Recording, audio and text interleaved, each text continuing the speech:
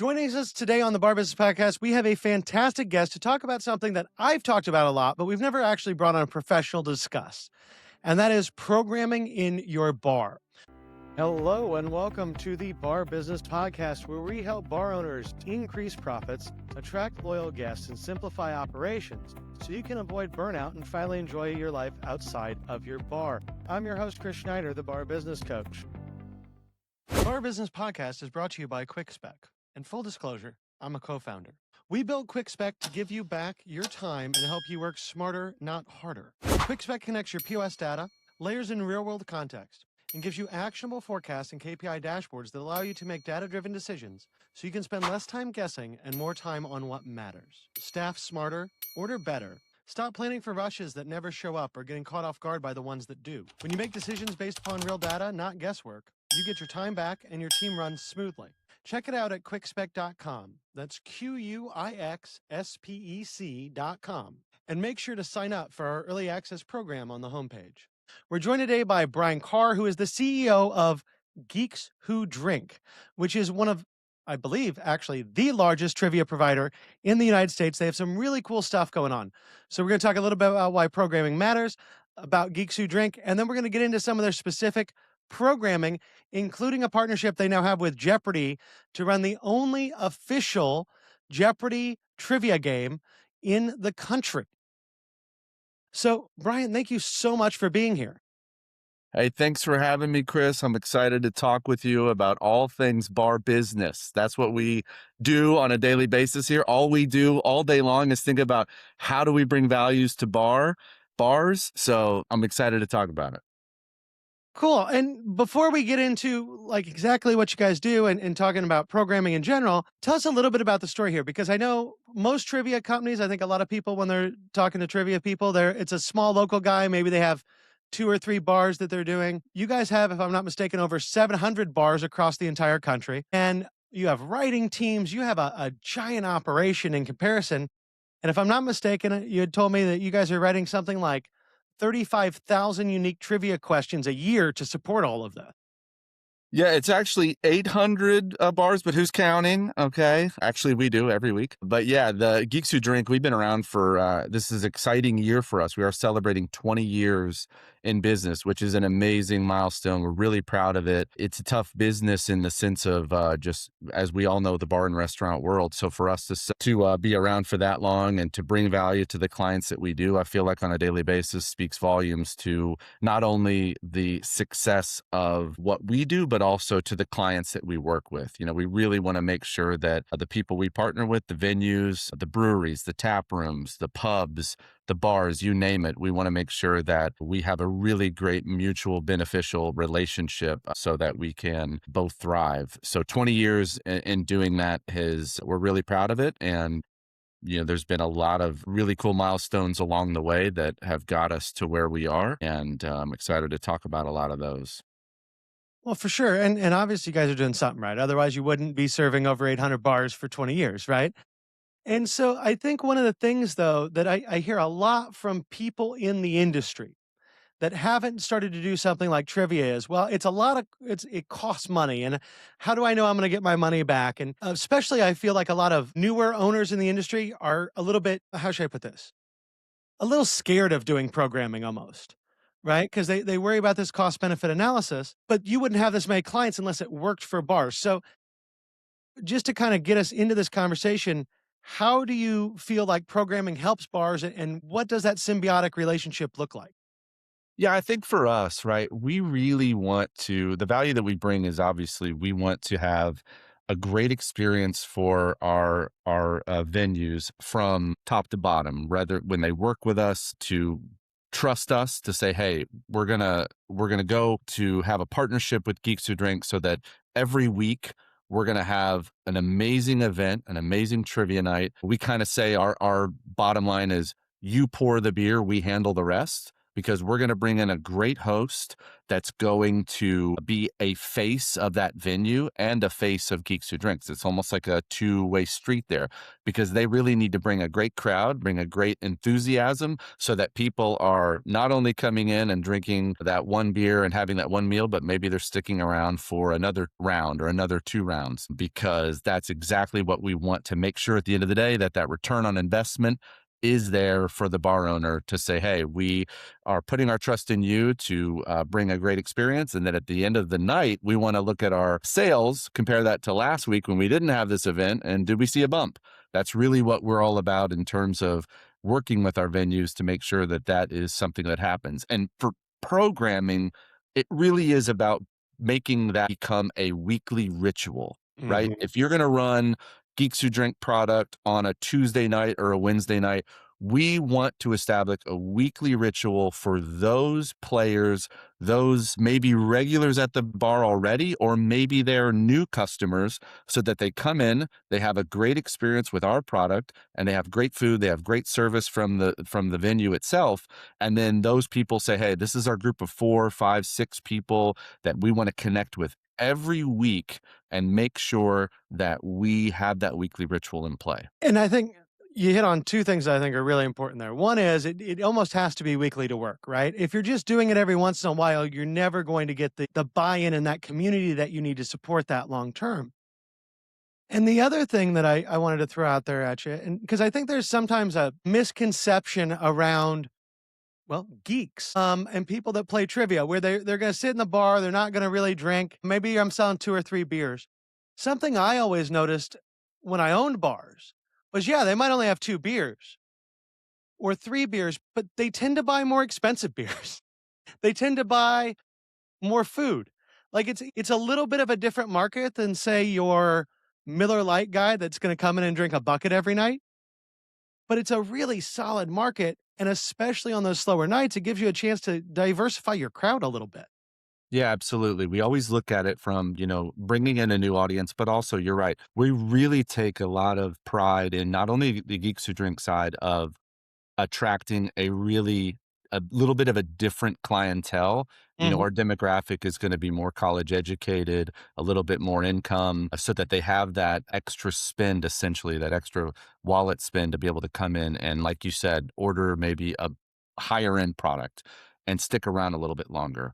But even now we have partnered with Sony to bring Jeopardy Bar League to life, which is even attracting an audience that is behind the number one game show in the nation. So these are very, college educated people that are ready to come in and show off their intellect to their friends. It's almost like, instead of being able to yell out the responses at home to the TV, they can do it with their friends and with their potential bar enemies, rivals that they want to compete and do better. And so that only solidifies that return weekly kind of ritual out of it, that not only is going to make sure that they're coming in and filling in those seats, but that they are making sure that they're, taking care of their servers and their uh, you know bar staff, because we really make sure that that's a big part of it. And quite frankly, our hosts, who, as I mentioned before, are the face of us and the face of that venue, we have it's a big part of our value prop that they are extending that into their script, to have breaks, to have different times, in addition to the trivia that they're playing, to order again and to have, more of that ability at the venue. For sure, because that management of that can be difficult. And I think that's something that when you look at, I used multiple trivia providers over the years, as I feel like a lot of people in the bar industry have. And it's the ones that get it and understand kind of that flow. It works a lot better for the bars than the ones that don't. And obviously, you guys have the experience where you've developed up that flow. I'm sure your list of best practices is much more extensive than most people in the business. Yeah, our run of show has been curated over many, many years. And obviously, even with Jeopardy Bar League now being in year 2, we started in January 2025. It was really great because we were able to build off of the history of Geeks Who Drink, knowing what it takes to run a great trivia night and to make sure that we're doing what we need to do for that flow to be pretty seamless. And then being able to bring that into a Jeopardy game because it is exactly like you see on the show. It's the Jeopardy round, the double Jeopardy round. It culminates with Final Jeopardy, but all of that has been curated to make sure that that flow through is something that keeps it dynamic and keeps the lulls to a minimum. Very cool. So let's talk a little bit about what you guys actually do. And I'm curious here too, is about where, I mean, I'm sure with the Jeopardy Bar League, there's been a lot of growth there, but also kind of understanding where the trivia market is going. Because I know you have, I think it's four separate products right now. You have the traditional Geeks Who Drink, you have the small batch trivia that's a little bit more pop culture focused, you have a boombox bingo, which is music bingo, and then you have the Jeopardy Bar League. So, what have you noticed in the kind of the trivia music bingo market as far as how things have been moving in the last few years? Yeah, so, in kind of creating that ritual, we wanna have a product for all venues. Not all venues are the same, right? You've got breweries, you've got tap rooms, pubs, you've got, places that are more multi-use now with, could be a food hall, in the middle of places with shops and other things. So all of those experiences, those dining or drinking establishment experiences continue to kind of be varied. So we wanna make sure that we have products that fit those different kind of spaces. So, and on top of that, we wanna make sure that we have products that fit kind of the different journey or the different experience that people coming in that may be players or maybe somebody that is interested in a trivia product that they can come in and enjoy. Jeopardy! Bar League is obviously the more competitive. We Mhm. really wanna come in and compete against each other in that style of what is America's favorite game show brought to life in a bar. And then Geeks Who Drink, you've got maybe the more on the casual side, whereas you're gonna have some time with your team in between rounds. There's a few more rounds as opposed to the Jeopardy game. But again, it's more gonna be sitting there and talking about the answers and how to in a way that we write, which I think is extremely creative and funny and witty in what we do and how we approach our game. And then on the Boombox Bingo side, that might be for a venue that's saying, hey, we really want to have a night that's got some prizes involved, but it's a little bit more of a sing along. There's going to be music. You've got your bingo cards. You're identifying those. You're doing it, but you're not having to be completely engaged in this game. You can have side conversations. You can be watching the game. You can be doing other things, but all again about creating that weekly ritual, whatever the game is, Mhm. so that it fits the type of establishment and the clientele that they want to bring in. Well, and one thing I think is true too, and I want to make sure everybody listening thinks about this because we talk a lot about in the bar business, you kind of need to find your tribe. Who are the people that are going to support you and back you? When you do something like trivia, you can have your main tribe and then your micro tribe that say comes in for Jeopardy. But you could also do something like music bingo in your week as well and have a separate micro tribe that's coming in for that. Right. So it's a way to augment and make it better for who comes in normally. But I mean, the bar I had was a very much a neighborhood bar. It was very blue collar in general. And trivia night was different, right? We had a whole different tribe that was coming in just to play trivia compared to my, Monday night did not look like Tuesday night by any means, put it that Yeah. way. Yeah, which to me makes a really great, diverse success for the bar, for the restaurant when they have that kind of, a regular crowd depending on the night. So yeah, I think that's really underscores why we want to have a different slate of products that can kind of fit those needs. And I know as we continue to grow into the future, we'll be adding more of those types of products too. For sure. Now, a question on music bingo, because I feel like that popped up about 10 years ago was probably the first time I heard about it, and it kind of shot up. Is that still a growing thing, or is that sort of stabilized a little bit?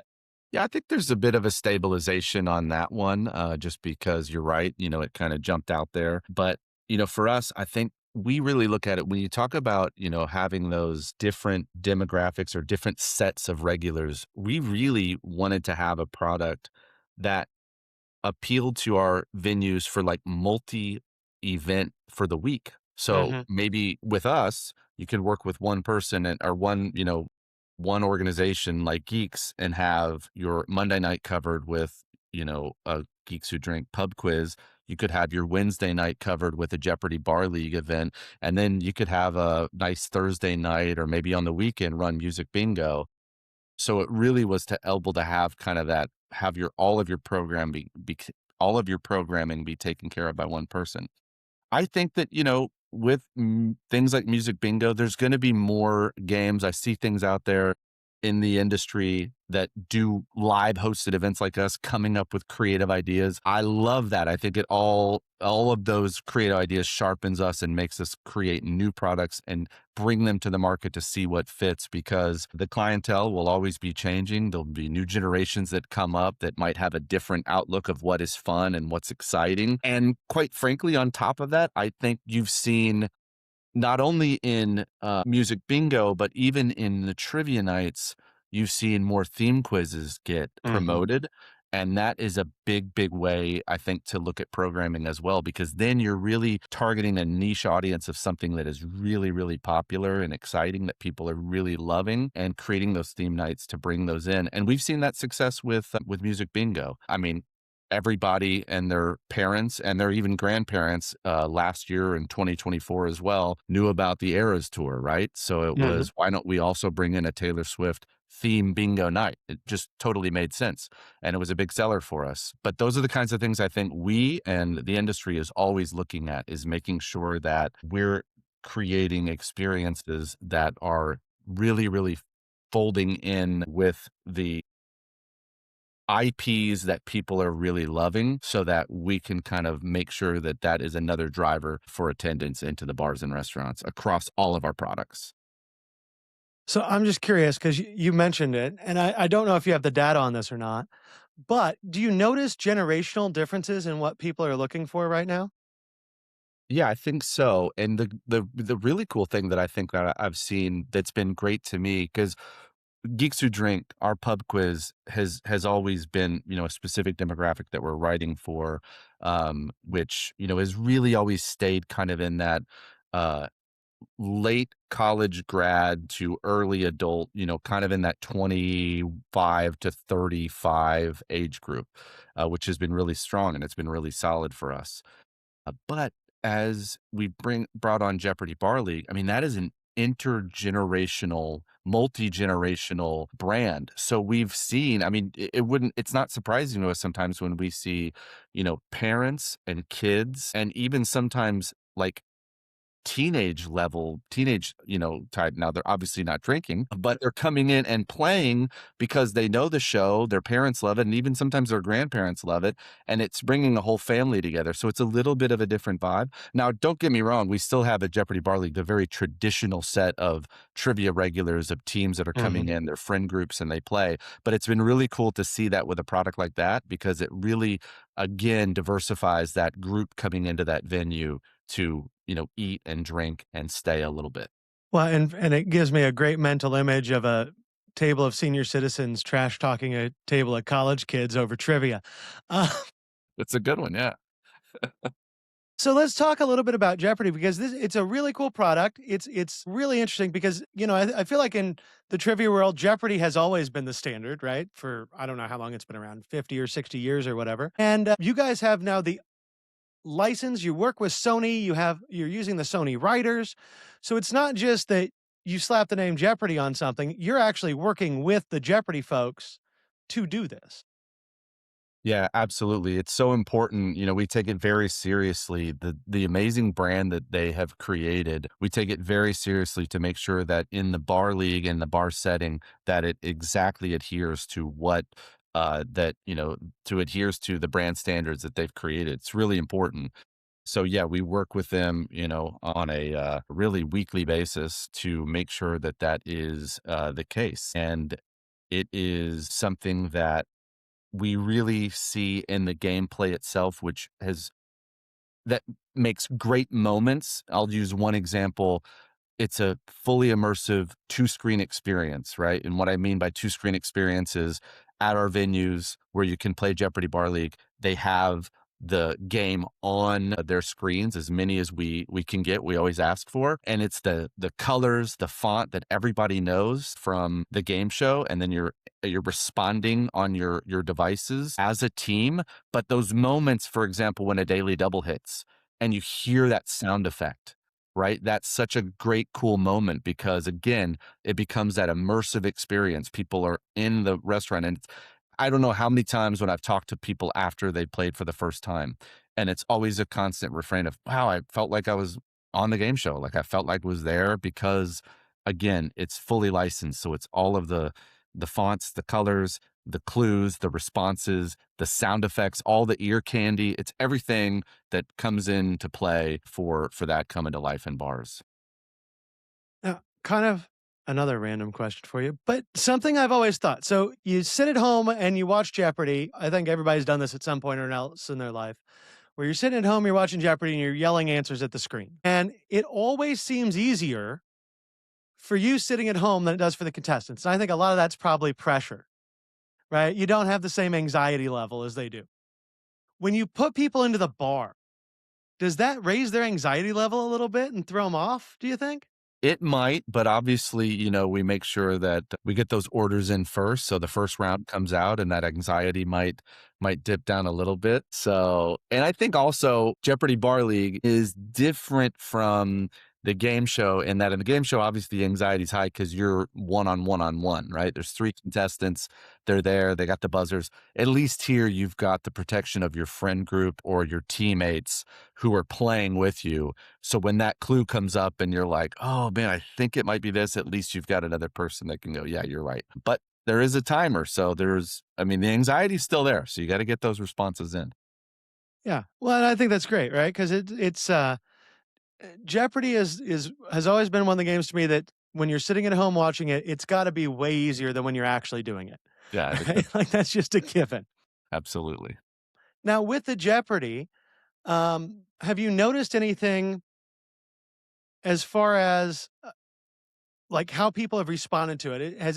Has it this been kind of an explosive thing for you guys? Because it seems like it would be. And it seems like a lot of bars would want to bring this in because it's just something cool that Yeah. not everybody else has. Yeah, launching it has been great. We have now, as we sit here, we're in over 200 venues, which is amazing in a year of launching that. I can say from my experience, we've had other products that we've launched in the past, and we've never gotten close to being in that many venues that quick a time. But again, it's all a testament to that brand and how great it is. But in terms of, the future, I'm really excited about it because as you can see, in the name Jeopardy Bar League, you might say, Chris, you might say to me, hey, why is it league? Well, we've got a league kicking off the first inaugural Jeopardy Bar League, National League that will be kicking off later this month, which is really exciting. It's going to be a great experience where people and teams can track their scores. It's all digital, so it's great. So there'll be leaderboards. There's going to be regions, lots of really cool, more stickiness to this product for our venues because we know that it's important to have a league to be a massive component of this product. It's going to be really, really great with obviously prizes and things at the end. So that's kicking off soon. And I think it will continue to more enhance the excitement that not only our players, but our venues have been excited about in bringing on Jeopardy Bar League. Well, especially if there's a league where you can be the best in the country. And just to throw out a little story, when I had my bar, if you remember Buzz Time, which I don't even know if that exists anymore, but the blue boxes where you would Yeah. press the buttons Yeah. and it would be on the TV. Yeah. We were the number one Buzz Time bar in the country. We ranked the top. Nice. And the funniest thing was the people that would come the furthest away to come to my bar were trivia nerds that wanted to play trivia with my trivia nerds. Because you were the top spot. Yeah, Yeah. it was like a Buzz Time pilgrimage to come and sit at the bar rail and play trivia with these guys. It's amazing. Yeah. I Yeah, mean, and I would that, imagine the Jeopardy thing, if you have a bar and you got smart people and you can get towards the top of that list, it's probably gonna do a very similar thing for folks yeah. And what's because really, absolutely. Yeah. and that is just so cool. And Yeah. I One and I really cool love thing things about the where it can be league. national. Yeah, absolutely. And one cool thing about the league, being national and having those subsets is exactly what you described there. We have built in that not only are we honoring the teams that are winning and that are at the top of the leaderboard, but we're also honoring the venues. So I think it's really important in that, if you go to jeopardybarleague.com and you check out, what it's all about, you're going to see a venue map finder, and it's going to Mhm. have the venue name, the location. We even have images after every single event that show pictures of people playing, the team scores, the leaderboards. The league is going to just be an extension of that, where it'll have the leaderboards, but it will still honor the venues, because again, at the end of the day, that's what it's about, is these partner venues that are coming in and being, a client and somebody that's running weekly Jeopardy Bar League. We want to really make sure that they are highlighted, every week. And from what I gather, you have put together some questions for me, and that's kind of why I asked that question about anxiety earlier, because I have a little bit of it. But we Yeah. have some of these Jeopardy questions about adult beverages um, that you're going to ask me, so that everybody can get a little taste of what you guys do. Absolutely. This is the adult beverages categories you mentioned. So you are now in the spotlight. There's not even other people here. This is just on you. You have to buzz in, you have to respond. And don't forget, you have to respond in the form of a question. Okay. If you do Yeah. not, I will not give you credit for the answer, for the correct response. So we have category adult beverages, and we have clues and values of 200, 400, 600, 800, and 1,000, just like on the show, Hmm. for Jeopardy. Do you want to select a specific clue amount, or do you just want me to start with 200 and then we'll go all the way down to 1,000? Which way would you like to go? Let's start with 200 and go down. That way I can build some confidence before I That's get right. beat up too bad. All right, here we go. So, without further ado, you're in the seat now. You're at the host, the lectern. In names of cocktails, this liquor precedes Mockingbird and Sunrise. What is tequila? That is correct. All right, see, now you're one for one. Let's go to 400. The main ingredients in a mint julep are mint leaves, sugar syrup, and this regional liquor. What is bourbon? Absolutely. We would also accept corn whiskey. Okay. Don't at me, but we would. 600. For brunch, you might opt for this drink made with champagne or sparkling wine and peach puree.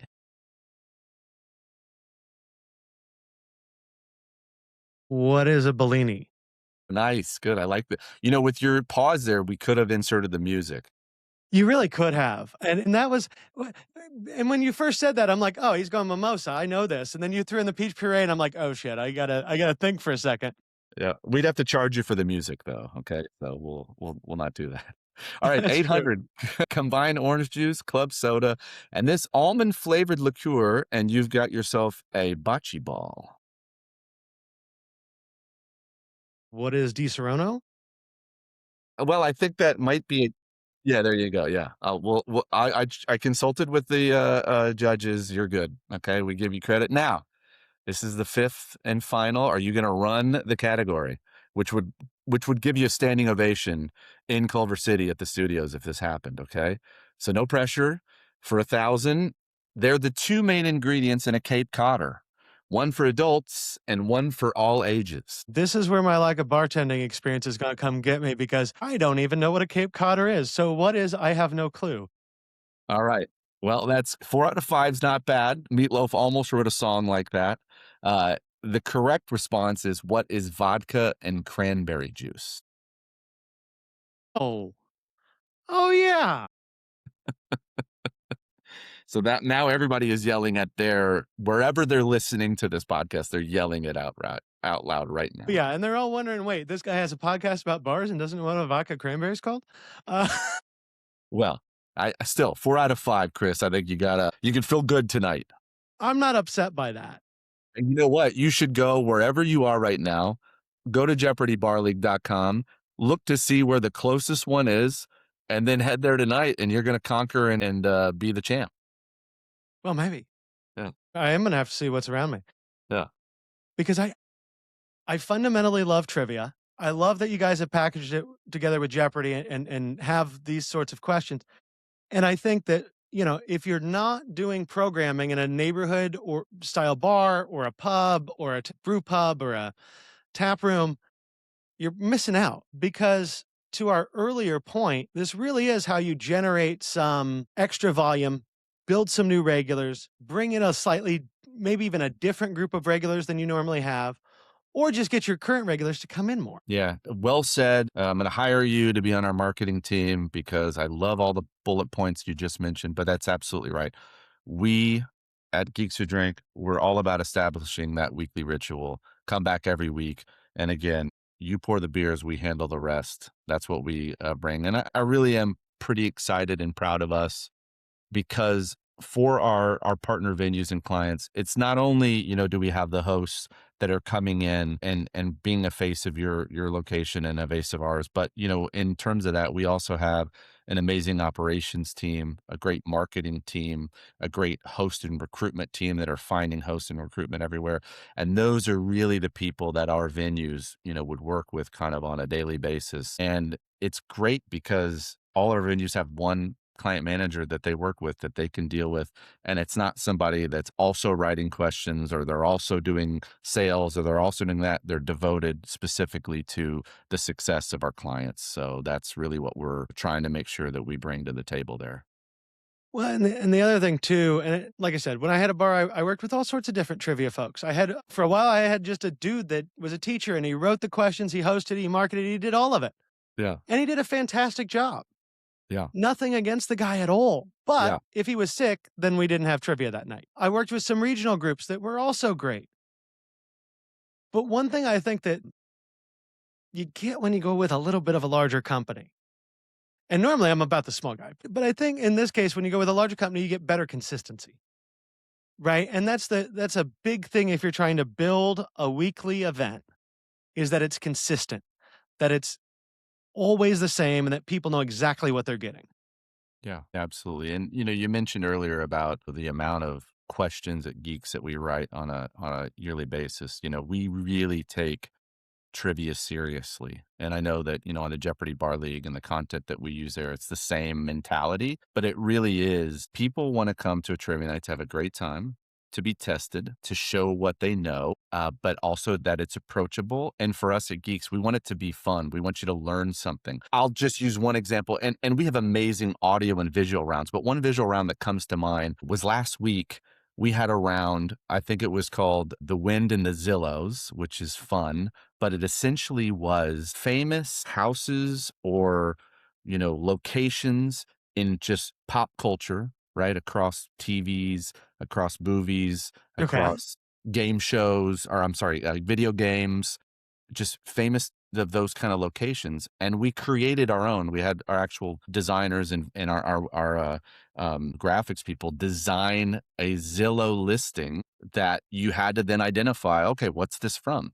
Which nobody out there is doing this, right? No. That's why I take such pride in Geeks.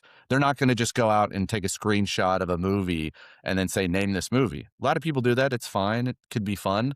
But we want to say our motto at Geeks is always harebrained, never half-assed. So we want to go, okay, how do we make this way more fun? I'm not going to just show a house from a movie and you name that. We're going to actually put that into something that is even more fun. And there's little in jokes in there, Mhm. maybe the price that we're listing or some of the amenities that we're saying on there. It's all going to be clues to help you get to that answer. And I think that's really what we bring to the table with the kind of content that we have for people to play so that when they're at that venue, like you said, they're like, man, this is fun. I got to come back. I got to do this again. Well, and the other thing too about having a writing team like you guys have is that you're right. Because there is I've been there before. There's nothing worse than when your host and your trivia folks get in an argument over some pedantic fact that doesn't actually matter for a point that doesn't matter, but you still have to entertain the whole thing, right? I'm so glad you brought it up. I mean, as I mentioned, I brag on our creative staff a lot in terms of the content they create, but in addition to that creative staff on that same team, they have rigorous fact checkers. And that is what they do. They are looking up everything. Even, I mean, our team even does a daily read of our quizzes to even find other areas. Oh, wait, we didn't think about maybe how this would, like, you write it, you see it in writing and you're doing it, but then when you hear it out loud, you start to look at other ways to approach it. And we're really trying to make sure to get ourselves out of exactly what you talked about. Because I love our hosts and our quiz masters out in the field. I do not ever want them to be out on a limb with, some individual that is coming at them about some area that we got wrong. It's just not professional. It's not great. So we really, really take that seriously. Well, and it can be something really hard in bars because when you, at least in my experience, when you do bar trivia, you end up with the random guy that is actually a theoretical physicist and is actually a geologist or is actually some sort of high-end computer tech engineer, where these folks really know what they're talking about. It's funny that you mentioned that. I can think of a couple offhand where, as I mentioned, we really try to be creative in what we write. We really try to source interesting things and learn about new people, new things, and not just do the same old trivia day in and day out. And we've done things where we have maybe quoted a particular author or quoted somebody in a particular question to, get to the answer. And they've been at our venue, and they've said, "Hey, this is me. This is amazing. I can't believe that, you did this." We'll get a picture with them or we'll try to do something to, highlight that. Yeah, it's a lot of fun. Well, that is super cool. So we're actually running short on time already. This has been a great conversation. But for everybody listening, if they want to get in touch with you, they want to learn more about Geeks Who Drink, they want to learn more about Jeopardy Bar League, where should they go to find more information? That's pretty simple. JeopardyBarLeague.com or GeeksWhoDrink.com, or even if you go to GeeksWhoDrink.com, you'll learn about it there too. So any one of those places, check us out. And yeah, we'll be happy to help you out in the journey of what it takes to get on to our world and start having us host trivia at your venue. Cool. And we'll, of course, put all those links down in the show notes. So if you're listening, just scroll down. It'll all be right there and easy to click on for you. Brian, thank you so much for being here today. This has been a bunch of fun and really nice to talk about trivia as opposed to, math like I normally do, and give us a little bit of a nice, fun, lighter episode here. Well, if you want to talk about math next week, I can make some time available for it. Okay. You want to talk Yeah, I don't know. P&Ls? We want to go P&Ls and talk income sheets and budgets. I'm all about it. You'd probably come up with questions that were really hard, and I don't Yeah. know that I want to think that much. But again, thank you so much for being here. And if you're listening, scroll down to the show notes. All the links are down there. Get a hold of Geeks Who Drink. They're all cool people. I've interacted with a number of folks over there. And if you're not doing programming at your bar, think about it. That about wraps it up for today. If you enjoyed today's insights, make sure you like, subscribe, and leave a review. If you are ready to take your bar to the next level, schedule a strategy session with me by clicking the link in the show notes below. Until next time, have a great day, and we will talk again later.